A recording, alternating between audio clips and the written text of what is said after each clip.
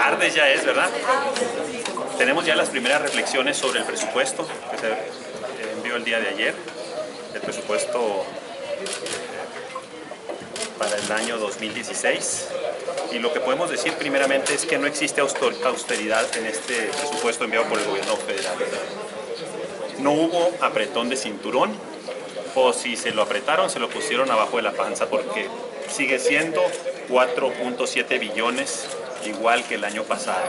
Entonces, realmente, para el tamaño del presupuesto, pues una reducción cosmética del 1%, pues no es reducción, ¿verdad? Estamos hablando sobre el mismo presupuesto.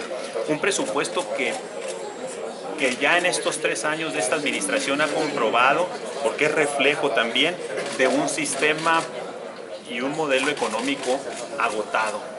No da más, no abate la pobreza, y no lo digo yo, lo dice la Coneval. Se le meten recursos a este modelo que soporta este presupuesto.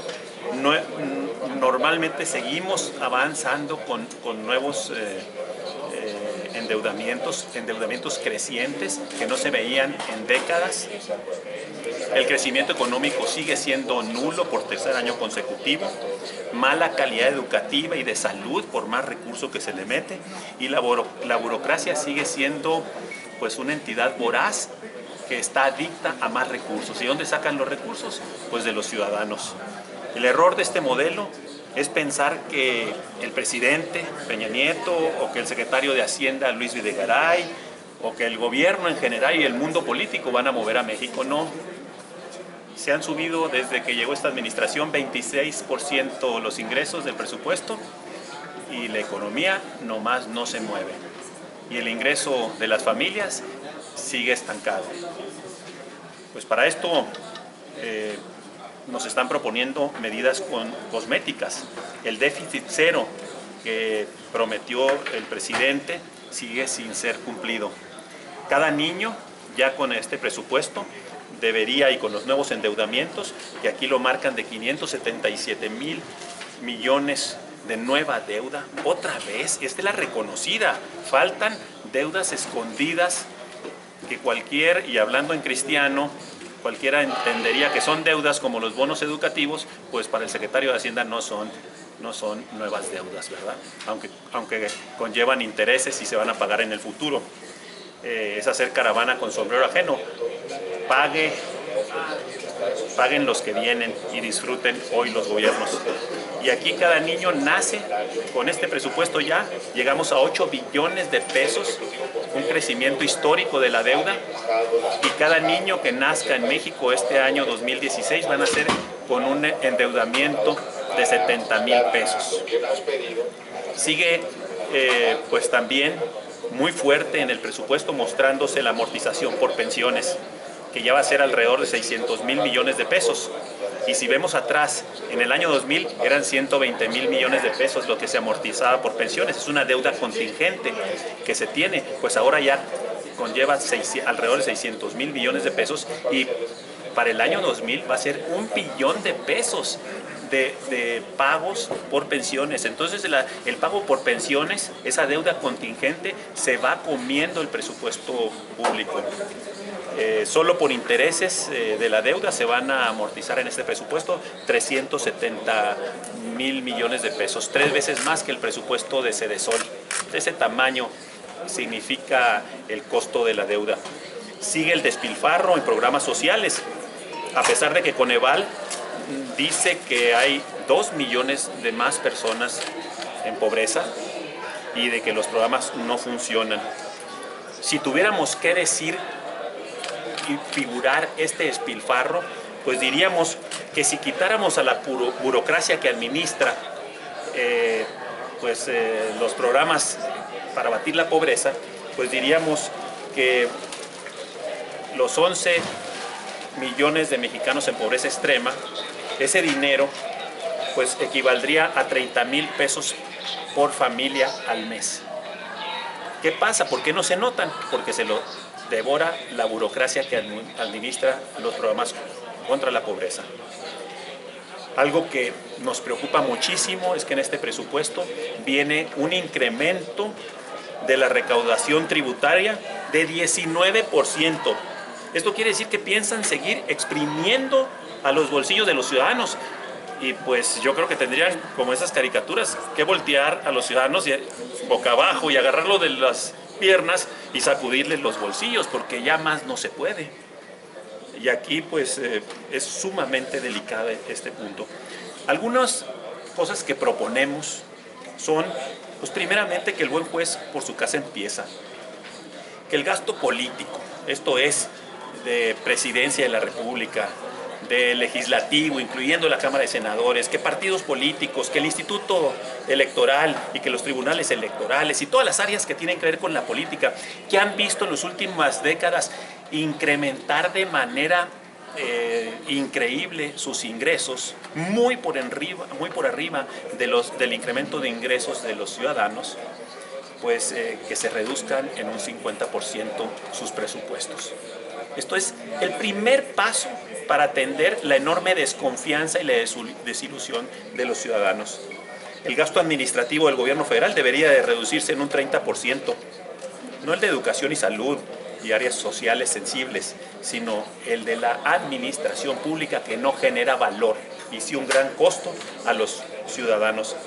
Las empresas públicas como la Comisión Federal de Electricidad, que aquí aparecen con un incremento en su presupuesto del 60%, no puede ser que sigamos permitiendo que empresas que cobran 50% más de tarifas a los ciudadanos comparado con lo que se cobra en Estados Unidos sigan operando como monopolios y que compitan y no anden gravitando sobre el presupuesto público, que es el dinero de todos los mexicanos. Suficiente tienen con las tarifas que cobran. Estos tres rublos por sí solos, y solo como ejemplo, permitirían un ahorro de 563,000 millones de pesos para eliminar esa deuda que va a hipotecar el futuro de nuestros hijos. Y ya lo decía el gobernador del Banco de México, Carsten, que al llegar al 44% del PIB, la deuda en México se tornaba en un foco rojo. Ya estamos en el foco rojo, ya estamos pasando ese límite. No lo digo yo, lo dice el gobernador del Banco de México. De lo positivo, pues que tenemos que se presente una liberación adelantada de la competencia en gasolinas para el 2016. Y esto es muy positivo. El grupo parlamentario del PAN en el primer semestre estuvo proponiéndolo cuando los precios que se van cobrando en gasolina antes de que hubiera un deslizamiento del dólar, que ya alcanza cerca del 40% desde que llegó esta administración, implicaba un sobreprecio para México en relación con Estados Unidos, de donde importamos una buena parte de estas gasolinas, del 50%. Esa liberación es un reconocimiento que se tienen que cobrar costos justos y que el ciudadano empiece a tener la libertad para escoger al proveedor de gasolina y que evite ese fatídico 5% de robo en cantidad que sabemos que existe y que se tolera en nuestro país. Del ramo 23, pues viene una disminución de 25,000 millones de pesos, y así hay otros ramos que bajan su costo. Eso es positivo, pero por otro lado se sube en otras partes de los presupuestos para quedar con un presupuesto que no tiene ningún apretón de cinturón. Y como decía mi abuela, estos pequeños reducciones que son 8 en 800, ¿no? Poner recortes, Pemex tiene recortes positivos que muestran cómo cuando se entra en crisis, cuando le bajan los ingresos, pueden hacerse reducciones importantes. Pemex tiene una reducción del 45% de su presupuesto, de 280,000 millones de pesos. Ah, sí se puede, ¿verdad? Y esto que a pesar de que los privilegios de su casta burocrática todavía faltan por reconsiderar, para que no haya ciudadanos de primera y de segunda en este país, ¿verdad? Burocracias que ganan mucho más que los supuestos patrones que son los ciudadanos. Concluyendo, el presupuesto está secuestrado por una telaraña de intereses que impone una camisa de fuerza al gobierno de la República, pero que son sus aliados políticos, sus clientelas, que es el corporativismo a todo lo que da, que impiden que haya recortes en muchos desperdicios y despilfarros. La corrupción y este despilfarro del presupuesto que sigue y continúa y que todos los ciudadanos lo sabemos, y que los funcionarios públicos se niegan a aceptar, solo son efectos, no son causas de un sistema herido de muerte y en un grado de descomposición que a todos los ciudadanos nos indigna.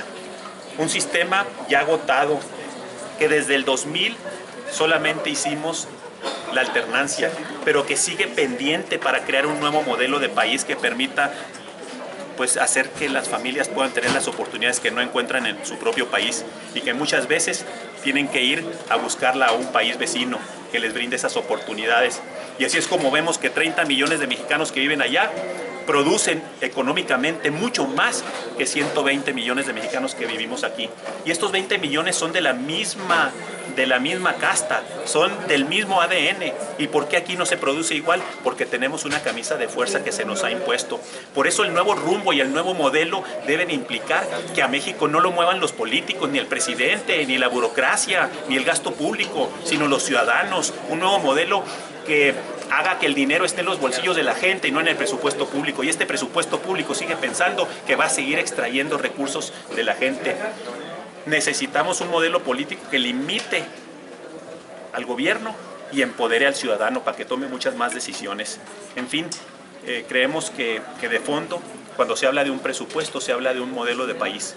Y este gobierno, al mandarnos este presupuesto, no solamente con maquillajes cosméticos, sino también del mismo tamaño que el anterior y en la misma forma de gastar, nos está diciendo que se niega a reconocer que necesitamos en este país un nuevo rumbo y un nuevo modelo que permita empoderar al ciudadano. Y para empoderar al ciudadano necesitamos limitar al gobierno, limitar al mundo político. Y la mejor manera de limitar al mundo político y a los políticos y al presupuesto público es restringiéndole los recursos. El dinero lo necesitamos en las manos de la gente. En las manos de la gente que al mejorar su calidad de vida y al gastar ese recurso, pues no solamente mejoran su vida, sino que activan la economía interna.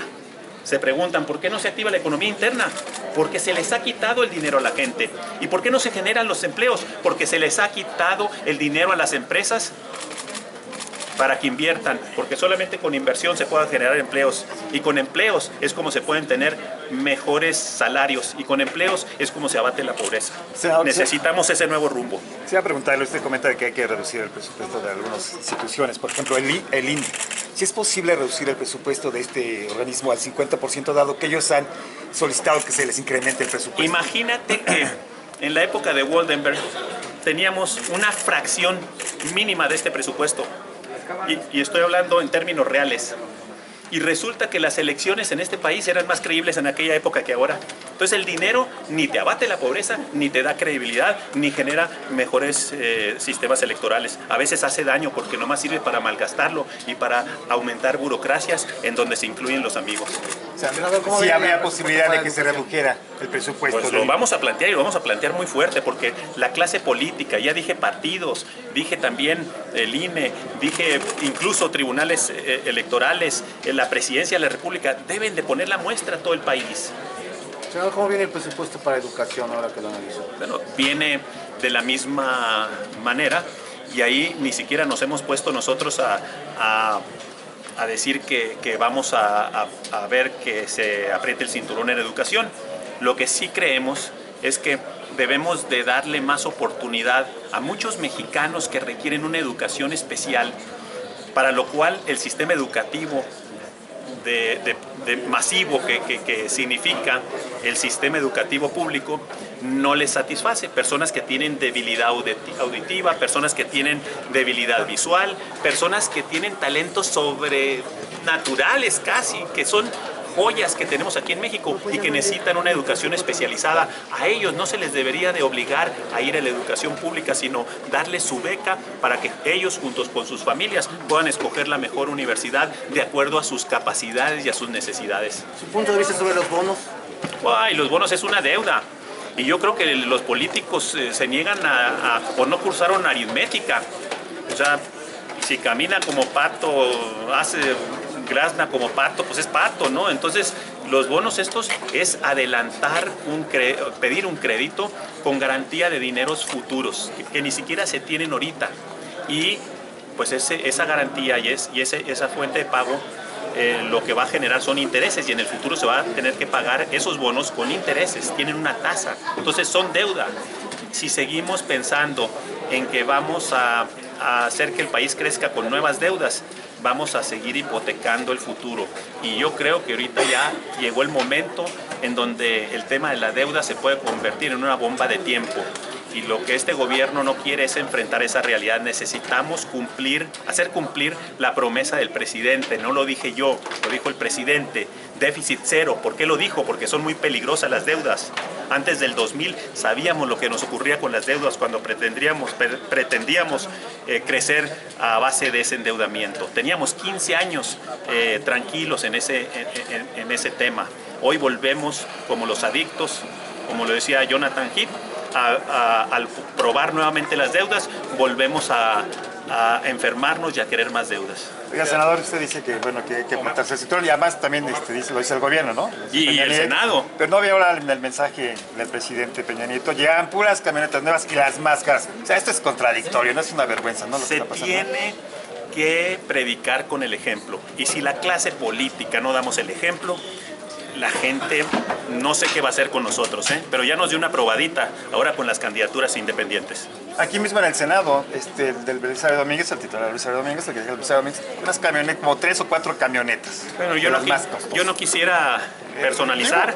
Yo lo que te quiero decir es que aparece publicado hoy. Si bajamos el 50% la deuda, perdón, el presupuesto de los organismos políticos, y ya dije Presidencia de la República, Congresos, INE, etcétera, no pasa nada y empezamos a componer las cosas y empezamos a tener más credibilidad. ¿Bajar el salario del presidente resultaría necesario? Pues, estamos planteando un 30% reducción en todo el presupuesto administrativo que no genera valor. En ello va todos los puestos superiores, todas las áreas de administración, pues no digamos que presupuestos educativos ni de salud directos, sino de las áreas de administración. ¿El presidente entonces sí debería de... El presidente y yo creo que todos los senadores y todos debemos de colaborar. Vivimos momentos muy difíciles. Estamos ahorita generando una bomba de tiempo y más vale que la enfrentemos y que hablemos de ella y no la escondamos debajo del tapete. Pero aquí hay directores de área, aquí hay directores que ganan más de 120,000 pesos, asistentes que ganan más de 120,000 pesos. En la medida en que los ciudadanos no se rebelen frente a la clase política y no le disminuyan el recurso a los presupuestos públicos, en esa medida la clase política va a seguir gastando. Por eso es nuestro planteamiento de reducción y lo estamos haciendo público. ¿El presupuesto base cero fue ficticio, senador? El presupuesto base cero fue un eslogan mediático. De base cero no tiene nada. Y me explico, porque las clientelas políticas de este sistema pues son las dueñas del presupuesto y no se dejan que nadie les mueva eso ni les quite esos privilegios. Gracias, senador. Muchas gracias.